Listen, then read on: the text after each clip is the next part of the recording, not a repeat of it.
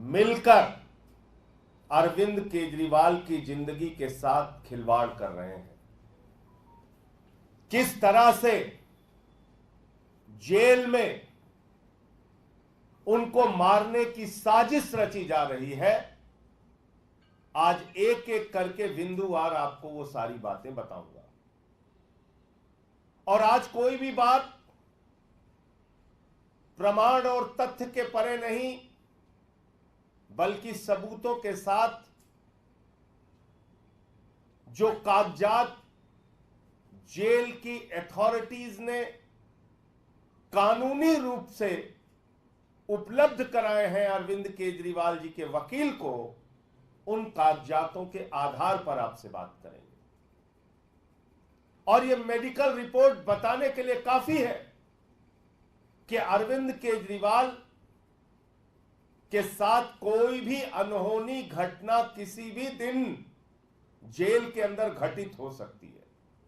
और बार बार जिस तरह से एलजी और पूरी की पूरी भारतीय जनता पार्टी अरविंद केजरीवाल के स्वास्थ्य को लेकर गलत बयानबाजी कर रही है, गलत रिपोर्ट जारी कर रही है, जिस प्रकार से केंद्र की सरकार के साथ मिलीभगत करके दिल्ली के एलजी और भारतीय जनता पार्टी अरविंद केजरीवाल की जिंदगी के साथ खिलवाड़ कर रहे हैं, उससे यह शक और मजबूत होता है और पुख्ता होता है।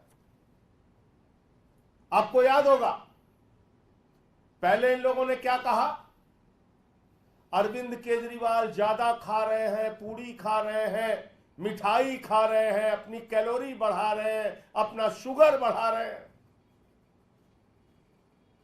इनको तो इंसुलिन की कोई आवश्यकता नहीं है, वो तो इंसुलिन मांग रहे हैं, हम इंसुलिन नहीं देंगे, हम इंसुलिन नहीं देंगे। फिर कोर्ट ने आदेश किया, एम्स के डॉक्टरों ने जांच करी, इंसुलिन शुरू हुई। अब क्या नई कहानी लेके आ रहे हैं, अरविंद केजरीवाल खा ही नहीं रहे हैं, अरविंद केजरीवाल तो कुछ नहीं खा रहे हैं, अरविंद केजरीवाल बिल्कुल भूखे रह रहे हैं, वो अपनी शुगर कम कर रहे हैं। आपने मजाक बना लिया है। आपने अरविंद केजरीवाल को मारने की गहरी साजिश रच ली है।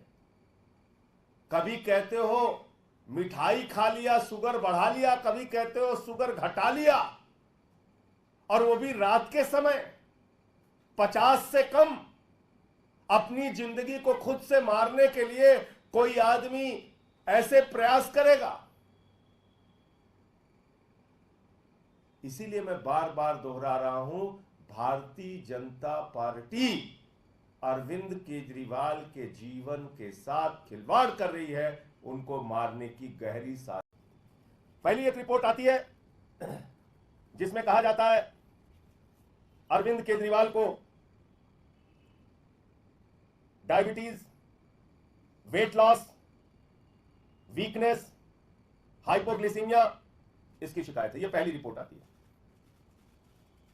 इसके बाद थोड़ा बहुत बेचैन हो जाते हैं एलजी साहब, भाजपा वाले।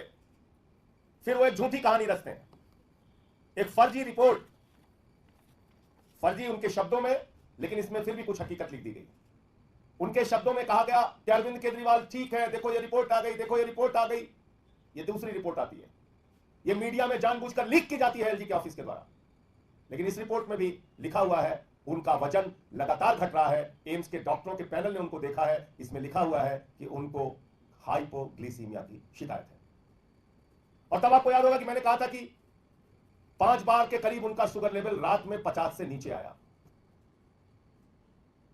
और प्रमाणित कोई डाटा नहीं था, डॉक्टर के द्वारा वेरीफाइड कोई कागजात नहीं थे। उस आधार पर 5 बार की बात कही थी, लेकिन 50 के आसपास और 50 से कम शुगर कितनी बार गया, यह मैं आपको बताऊंगा भी। फिर एक तीसरी रिपोर्ट दी जाती है हमारे मांगने पर, यानी कि अरविंद केजरीवाल जी के मांगने पर। कहा जाता है भाई आप हमारे शुगर लेवल के बारे में विस्तृत जानकारी दीजिए, एक एक करके जानकारी दीजिए, क्योंकि हमारे पास जो शुगर नापने की मशीन है उसमें सब रिकॉर्ड होता है किस समय शुगर लेवल कितना हुआ, तो आप पूरी डिटेल मुझे दीजिए। फिर ये ग्राफ बनता है,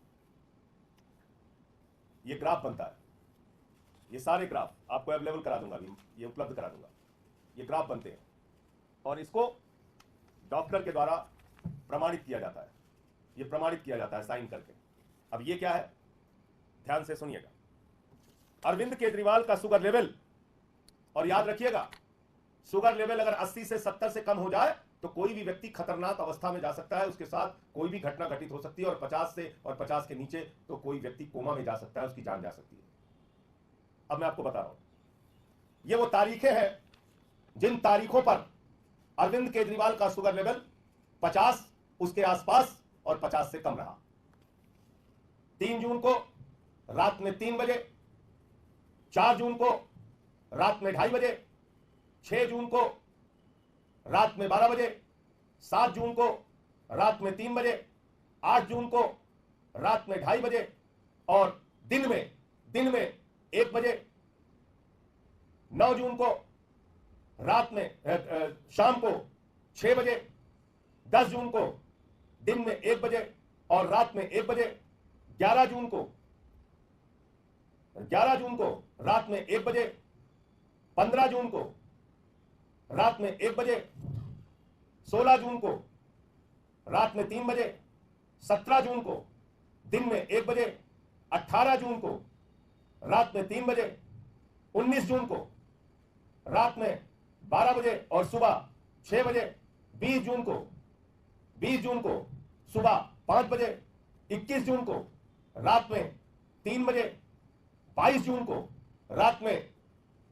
को सुबह के करीब 4 बजे, 23 जून को रात में 2 बजे और सुबह करीब 5 बजे, 24 जून को रात में 12 बजे और सुबह के करीब 3 बजे, 25 जून को रात में 2 बजे, 26 जून को रात में 12 बजे, 29 जून को रात में 1 बजे, 1 जुलाई को रात में 1 बजे, 3 जुलाई को रात में 12 बजे और रात में 2 बजे, 5 जुलाई को सुबह 4 बजे, 6 जुलाई को रात में 1 बजे और सुबह 5 बजे, 7 जुलाई को रात में 12 बजे और सुबह 5 बजे।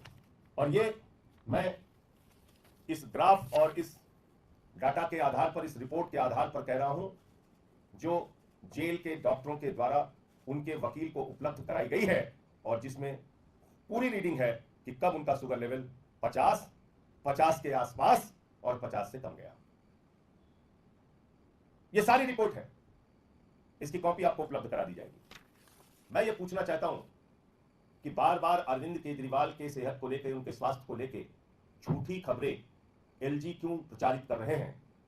झूठी खबरें जेल प्रशासन क्यों प्रचारित कर रहा है?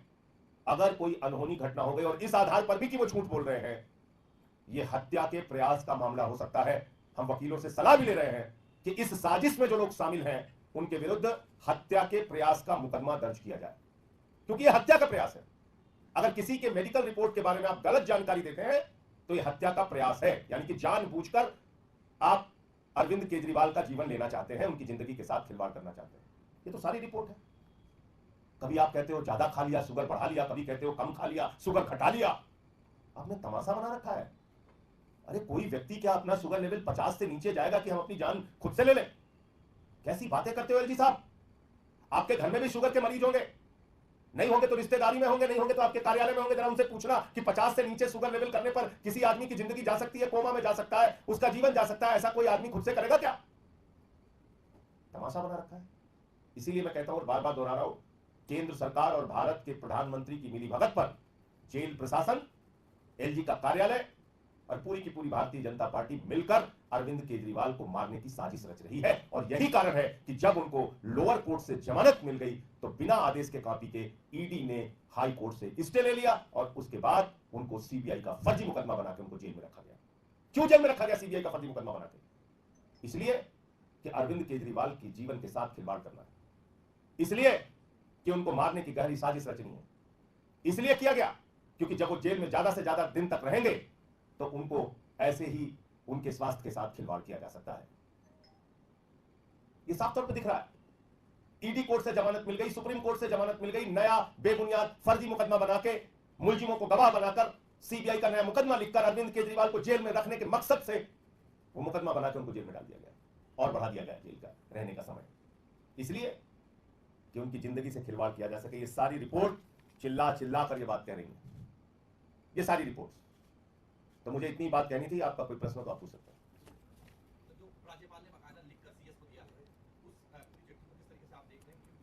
मैं उसको साजिश का हिस्सा मानता हूं।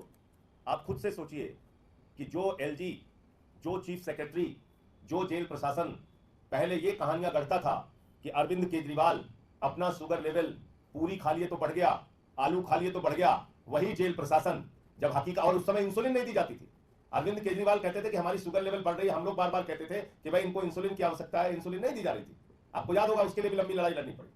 और अब वही जेल प्रशासन, वही एलजी, वही भारतीय जनता पार्टी कह रही है कि अरविंद केजरीवाल अपना शुगर लेवल घटा रहे हैं, वो कैलोरी कम ले रहे हैं। क्या इस तमाशे पर किसी को यकीन होगा? और जो रिपोर्ट लीक कर रहे हैं उसमें खुद हाइपोग्लाइसीमिया की शिकायत का जिक्र एम्स के डॉक्टरों की जांच के बाद किया गया है। उसको नजरअंदाज कर रहे हैं, उसकी चर्चा नहीं कर रहे हैं। जो रिपोर्ट अरविंद केजरीवाल के वकील को दी गई, उस रिपोर्ट में हर दिन का शुगर लेवल किस समय कितना है वो गायब कर दे रहे हैं, वो शुगर लेवल नहीं दिखा रहे हैं। फिर अरविंद केजरीवाल की चिट्ठी लिख रहे हैं कि भाई हमारा किस समय क्या शुगर लेवल था, वो पूरा डाटा, वो पूरी जानकारी जारी कीजिए, तब उनको वो उपलब्ध कराया जा रहा है, जो मैंने अभी आपके सामने पढ़ के बताया और आपको दे देंगे। तो आप समझ सकते हैं कितनी बड़ी गहरी साजिश चल रही है। तो ये मैं कहना चाहता हूं। निश्चित रूप से इस विषय में कानूनी सलाह लेंगे कि हत्या के प्रयास का ही मामला है कि अगर एक व्यक्ति का शुगर लेवल 50 से नीचे जा रहा है, उसका आप मजाक उड़ा रहे हैं। बहुत सारे मीडिया चैनल में भी मैं देख रहा हूं कि जो कहानी भाजपाई कहते हैं वही कहानी दोहराई जा रही है। जो एलजी का ऑफिस बता के उनको दे देता है वही बताया जा रहा है, जो पीएमओ उनको बता के दे रहा है वही बताया जा रहा है। अरे फैक्ट्स तो चेक करो, जो पत्र जारी हुए हैं जेल प्रशासन से, जो हमारे वकीलों ने लिया है, वो तो देख लो। नहीं समझ में आता अपने रिपोर्टर्स को हमारे वकीलों के पास भेज दो, वो समझा देंगे। लेकिन झूठी खबरें प्रचारित मत करो, इस साजिश का हिस्सा मत बनो। तो वकीलों से हम लोग चर्चा कर रहे हैं। ये एक हत्या के प्रयास का षड्यंत्र है और षड्यंत्र में जो लोग शामिल हैं उन पे 307 का मुकदमा होना चाहिए।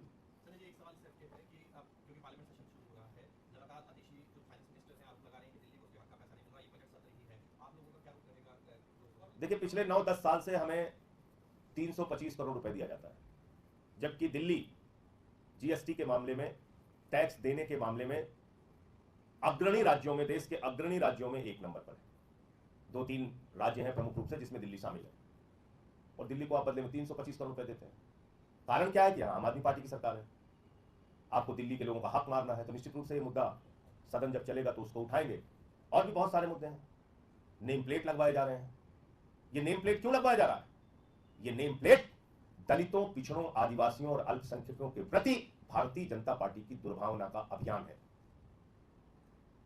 अयोध्या हारने के बाद अवधेश प्रसाद पारसी जी को, क्योंकि वो दलित समाज से आते हैं, उनको गालियां देते हैं भाजपा वाले, अयोध्या वालों को गालियां देते हैं, हिंदुओं को गाली देते हैं, कहते हैं इनका बहिष्कार करो।